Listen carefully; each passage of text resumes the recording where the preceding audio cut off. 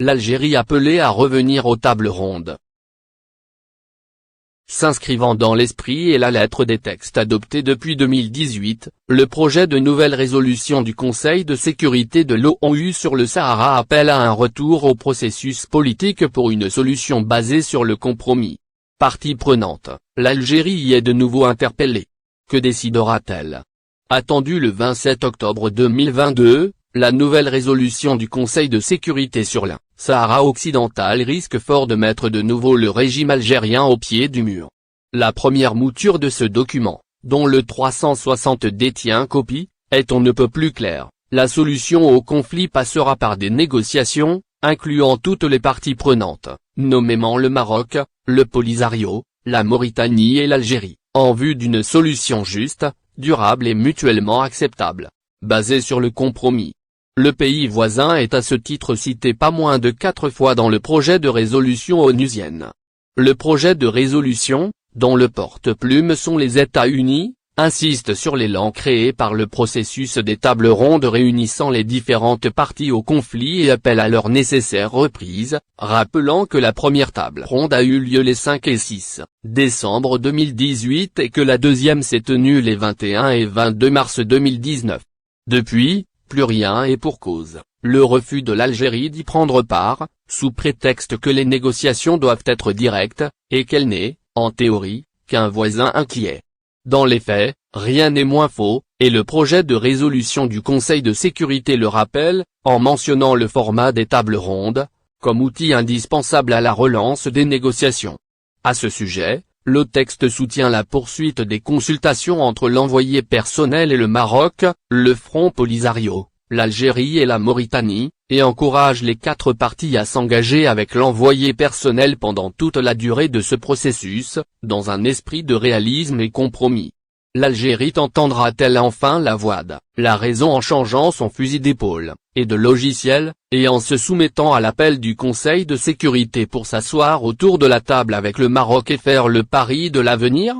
Ou alors persistera-t-elle dans sa logique de confrontation en décidant, comme c'était le cas l'année dernière, de rejeter la résolution, accentuant ainsi son isolement sur la scène internationale et rendant inaudibles et incohérentes les déclarations dans lesquelles elle se réfère à l'ONU? Le projet de résolution appelle, et c'est là une grande nouveauté par rapport aux précédentes résolutions, au renforcement de la coopération entre les États membres de l'Union du Maghreb. Cet effort contribuerait à la stabilité et à la sécurité de la région, ainsi qu'à la création d'opportunités de croissance et d'emploi, au Maghreb, mais aussi au Sahel. L'allusion est à peine voilée et elle cible directement la décision prise par l'Algérie, de façon unilatérale, de rompre les relations diplomatiques avec le Maroc, ainsi que le travail de sape qu'elle mène quant à l'édification d'une telle union, en faisant la promotion d'une entité fantoche qui n'y figure pas. Sur le terrain, le projet de résolution prend acte de la proposition marocaine, d'autonomie sous souveraineté marocaine du Sahara, présenté le 11 avril 2007 au secrétaire général et des efforts sérieux et crédibles du Maroc pour faire avancer le processus vers une résolution. Le document relève aussi positivement les démarches et initiatives prises par le Royaume sur le registre des droits de l'homme au Sahara, saluant le rôle joué par les commissions du Conseil national des droits de l'homme, CNDH, opérant à Dakhla et La Ayoun, et l'interaction du pays avec les procédures spéciales des Conseils des droits de l'homme des Nations Unies. En face, le draft de la résolution exprime sa préoccupation concernant les violations des accords de cessez-le-feu par le Polisario. Il épingle la responsabilité des séparatistes dans ces violations, prenant note des engagements pris par le Front Polisario à l'encontre de l'ancien envoyé personnel et soulignant l'importance d'un respect total et renouvelé des dits engagements. Sur le même registre des obstructions orchestrées par le front séparatiste, la première mouture de la résolution onusienne insiste sur la nécessité pour la force de paix onusienne, la MINURSO, de pouvoir patrouiller en sécurité et sans entrave. Pour rappel, dans son dernier rapport sur le Sahara, Antonio Guterres a dénoncé le fait que la milice, aux ordres d'Alger, empêche le personnel de la MINURSO de circuler à l'est du mur de défense. Le secrétaire général de l'ONU a sommé vivement le Front Polisario de lever toutes les restrictions à la libre circulation des observateurs militaires, des convois terrestres, des moyens aériens et du personnel de la MINURSO à l'Est-Mur. Et il a prononcé cette mise en garde, lourde de sens et inhabituelle, dans le langage onusien: je crains que, sans liberté totale de mouvement, la MINURSO ne soit bientôt incapable de maintenir sa présence à l'est du mur. En d'autres termes, le Polisario met en péril à la fois la présence et la mission de la MINURSO. Le projet de résolution du Conseil de sécurité ne fait que conforter cet état de fait.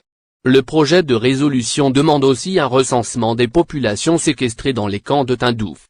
Quand on sait que l'Algérie a toujours opposé une fin de non-recevoir aux différents appels à recenser les populations des camps de Tindouf, on ne peut que suivre avec intérêt la suite qu'elle donnera à l'injonction de l'organe exécutif l'ONU, exprimant le plein appui du Conseil de sécurité au secrétaire général de l'ONU et à son envoyé personnel pour faciliter le processus de négociation. Le projet de résolution stipule une prorogation du mandat de la MINURSO jusqu'au 31 octobre 2023.